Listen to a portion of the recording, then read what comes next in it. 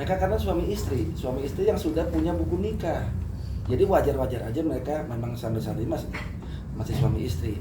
Terhadap Inara ya mungkin hubungannya tidak sebagus sebelumnya. Seperti itu. Mereka juga jarang mereka terlihat berdua. Kami pun sering berkunjung ketemu ya kan di luar. Itu juga Inara juga tidak ada pendampingan dari Insanur gitu loh. Kalau kita melihat bahwa sudah mulai ada jarak, tapi apakah itu benar atau tidaknya hanya mereka lah yang tahu seperti itu. Karena kami melihatnya sih arahnya seperti itu. Pak, dari kuasa hukumnya Insan kan dia mungkin Bang sama Insan Bang sudah ada talak atau dilepas mungkin Inaranya sama Insan. Sejauh ini sih belum. Karena kalau toh ada hal yang sifatnya talak, tentu kami pasti tahu. Seperti itu. Pak, dari kuasa hukum Insan kan menyatakan Inara sama Insan sudah pisah rumah. Sejak kapan sih Pak mungkin hal itu? Sebetulnya gejala itu dari mulai akhir Desember.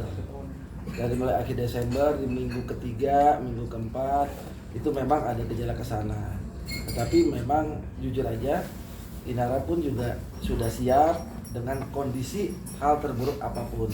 Bila mana memang Insanur harus melepas Inara pun juga sudah siap. Bang, kalau nggak salah dari pengacara Insanur bilang Insanur dikasih waktu sama Inara untuk menyelesaikan masalah ini sebelum puasa gitu, bener nggak sih Bang, dan seperti apa gitu? Nah ini kalau udah bicara ke Insanur, saya kadang kurang update nih kebenarannya seperti itu. Gitu. Bang, berarti statusnya masih digantung ya Bang? Inara ini sama Insanur Bang, dicerai enggak, terus dipertahankan juga udah ada enggak? Ya, jadi dibilang menggantung sih enggak juga ya. Ya mereka juga pasti masih berkomunikasi, pasti mereka juga satu dua sekali pasti masih ketemu. Cuma tidak semesra yang kalau kita bicara November, awal-awal Desember seperti itu. Sudah mulai apalagi masuk Januari sudah saya melihatnya mereka berjalan sendiri-sendiri seperti itu. Bang, Inara ada sakit hati nggak sih Bang, kayak manis Pak? Habis manis Pak dibuang nih Bang, terus misalnya balik lagi ke istri pertama. Saya yakin dari awal pun, karena awalnya kan Inara juga tidak tahu bahwa Insanur sudah beristri. Tapi dengan adanya seperti ini, ya lambat laun dia juga siap. Dan dia harus siap Inara dengan kondisi yang ada. Karena ya biar gimana pun Insanur masih punya istri sahnya yang adalah Mawa. Kalau memang dia mau kembali, itu haknya dia untuk kembali. Gitu. Jadi intinya Inara pun siap. Tapi Inara sendiri mau mempertahankan atau mau melepas Bang? Nah itu, saya Inara bila keinginan Inara sebetulnya mau mempertahankan, tetapi ya kan dengan suatu kondisi-kondisi yang memang nggak memungkinkan, dia juga siap untuk berpisah seperti itu. Bang, banyak yang bilang juga ini akal-akalan biar nggak kena masalah hukum nih Bang nih. Gimana Bang tanggapannya Bang? Masalah hukum apa? Masalah hukum Laporan awal. Laporan Perjinahan, ini. perjinahan. Ya sebetulnya sih kita berasumsi sah-sah aja ya. Orang berpikir apakah ini menjadi akal-akalan, ini akal bulus aja nih kan begitu kan, ataukah ini memang fakta ya kan. Memang kami pun juga tidak melihat kedua-duanya seperti itu. Nah kami yang saat ini menjalankan konsisten bahwa kami yakin ya kan yang namanya perdamaian itu akan terwujud. Bang, kan selama ini Inara dituntut untuk menunjukkan bukti pernikahan siri sama Insanur gitu. Sampai detik ini juga belum terlihat apakah alasannya Inara untuk menahan itu Bang atau seperti apa? Sebetulnya syarat itu kan diberikan kepada suaminya, bukan kepada Inara. Jadi itu bukan hak kami untuk jawab seperti itu. Bang, ini Bang, kan supir Inara Rusli diperiksa nih terkait illegal akses buka rekaman CCTV karena ada suara ART yang mendengar suaranya di lantai 3, mungkin seperti apa? Jadi ini saya luruskan ya, sopir itu tidak tinggal di dalam rumah itu, dia tidak tinggal di situ. Jadi dia ke lantai 2 dan lantai 3 aja dia tidak diperbolehkan. Gitu. Jadi dia selama ini cuma di lantai 1 untuk datang menjemput segala macam ya, antar jemput anak-anak segala macam. Dan dia tidak diperbolehkan selama ini untuk naik ke lantai 2 dan lantai 3. Jadi Inara sendiri tidak tahu mengapa itu bisa diambil oleh siapa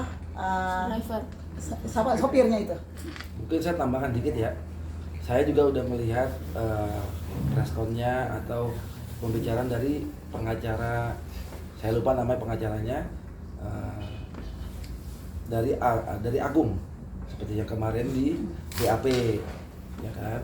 Pertama yang saya simak adalah bahwa selama ini supirnya itu adalah yang gaji adalah fee, seperti itu, sampai dengan terjadinya perceraian, sampai dengan sebelum kasus ini ada lah ya kan, seperti itu. Intinya pasca perceraian juga. Itu di statementnya dia ya, yang saya tangkap di media, ya kan, itu adalah digaji oleh fee, seperti itu. Nah, dia pun akhirnya diberhentikan karena adanya dikhawatirkan terlibat dalam adanya kasus yang mengarah kepada Inara, seperti itu. Artinya bahwa supir ini masih di dalam kekuasaan fee. Logika kita begitu. Kenapa? Karena di situ ada gaji yang masih diberikan, yang harusnya haknya Inara setelah pasca pengadilan, pasca perceraian, itu kan sudah termasuk untuk gaji ART, mungkin di situ ada babysitter, di situ mungkin ada supir. Artinya harusnya yang menggaji adalah Inara sendiri. Nah, ini kan statementnya dari pengacara, kalau saya dengar adalah seperti itu. Berhentinya daripada supirnya nanti kena ikut supaya tidak ikut campur atau ikut dalam serta di situ. Nah, ini kan saya melihatnya bahwa berarti kalau begitu kan mereka masih digaji oleh fee sebelum terjadinya adanya CCTV tersebut. Nah, ketiga saya melihat gini, kalau toh kita punya supir, punya AR dan sebagainya, kita gaji, itu nggak mungkin mereka berani. Mau kita ditemukan ada suara apa, kecuali memang ada indikasi di situ pidana pembunuhan atau apa, mungkin lain persoalan kan gitu kan. Nah, apapun yang dia dengar, ya nggak mungkin juga kalau kita punya karyawan yang kita gaji tiba-tiba berinisiatif, ya kan, bukannya menanyakan tetapi adalah dia melihat dari memori atau dia dari CCTV ada apa sih, seperti itu. Yang nggak berani juga, seperti itu logika kami, seperti itu. Makanya kami tidak banyak intervensi kepada Barreskrim masalah illegal akses. Kami menghormati, itu juga banyak temuan-temuan yang kami juga tidak tahu, karena yang kami ucapkan adalah apa yang kami lihat di media. Ada hal-hal yang sebetulnya bisa menjadi suatu temuan lah, seperti itu aja sih. Bang, untuk RJ kan ditolak, masih ada usaha untuk perdamaian atau seperti apa sekarang? Ya, RJ itu tetap sampai kasus ini mau dilarikan kemana. Misal kalau memang dia sudah naik di P21, kan kita bisa lakukan juga RJ itu di kejaksaan. Jadi sampai kapanpun RJ itu tetap kita upayakan. Artinya gini, RJ itu adalah kita ajukan di Polda, tetapi kan kita bisa mengupayakan perdamaian di luar terwujud, karena kita kembali bahwa ini mereka adalah suami istri, gitu. Saya yakin itu ada jalan keluarnya. Bang, ini kan bahwa serius banget nih buat laporan perizinan ini. Kalau misalkan nanti RJ atau perdamaian tidak terjadi, Inara juga sudah menyiapkan diri untuk menerima hal pahit gitu, misalkan proses ini terus sampai akhirnya ada putusan hukum yang mutlak gitu dari pengadilan. Pada prinsipnya mereka siap, walaupun memang yang ditekankan adalah prioritas adalah kita bisa berdamai. Ya kan? Kenapa? Karena ini menjadi presiden buruk. Apa yang menjadi presiden buruk? Ini adalah antar suami istri. Yang satu istri sahnya pertama, yang satu istri sirnya kedua. Sama-sama lingkup suami istri semua. Dan di dalam ini ya presidennya buruknya apa?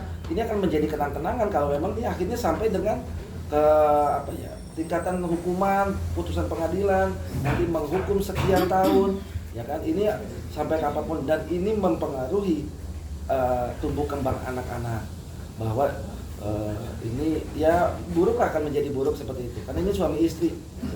Masih ada panggilan tambahan nggak Bang untuk? Saya tambahkan sedikit. Pidana itu kan ada dua, pidana formil sama pidana material. Pidana formilnya itu yaitulah bukti yang diajukan oleh Mawa.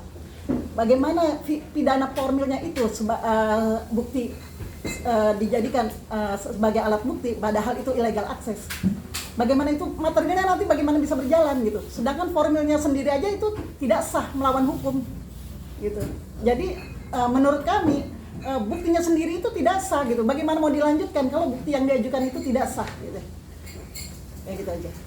Masih ada panggilan Satu lagi, tambahan? Bang, kondisi mental Inara sekarang seperti apa? Kan banyak dihujat sama masyarakat nih sekarang ini, Bang. Ditambah cancel kultur juga dan banyak mungkin joke-joke yang dibanggakan gitu ya. Sekarang kondisi mental.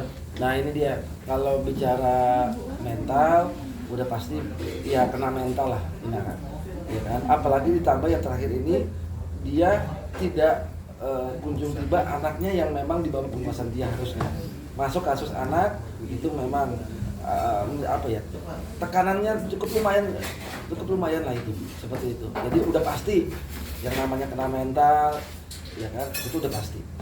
Bang, tapi kalau mau udah dipanggil untuk panggilan Inara belum? Untuk panggilan yang dibatin, Iya. sampai sejauh ini kami belum dapat konfirmasi dari Kanit, ya kan, seperti itu. Saat ini yang masih dipanggil, yang kemarin sudah adalah Agung. Setelah itu mereka memang satu-satu tuh ada pembantu rumah tangganya. Nanti larinya kemana? Nanti kita lihat aja. Menurut penyidik itu akan lari kemana? Siapa yang nanti harus dipanggil dan sebagainya? Karena kami belum menghadap dan belum belum menerima update-nya lagi. Begitu. Terima kasih, Bang.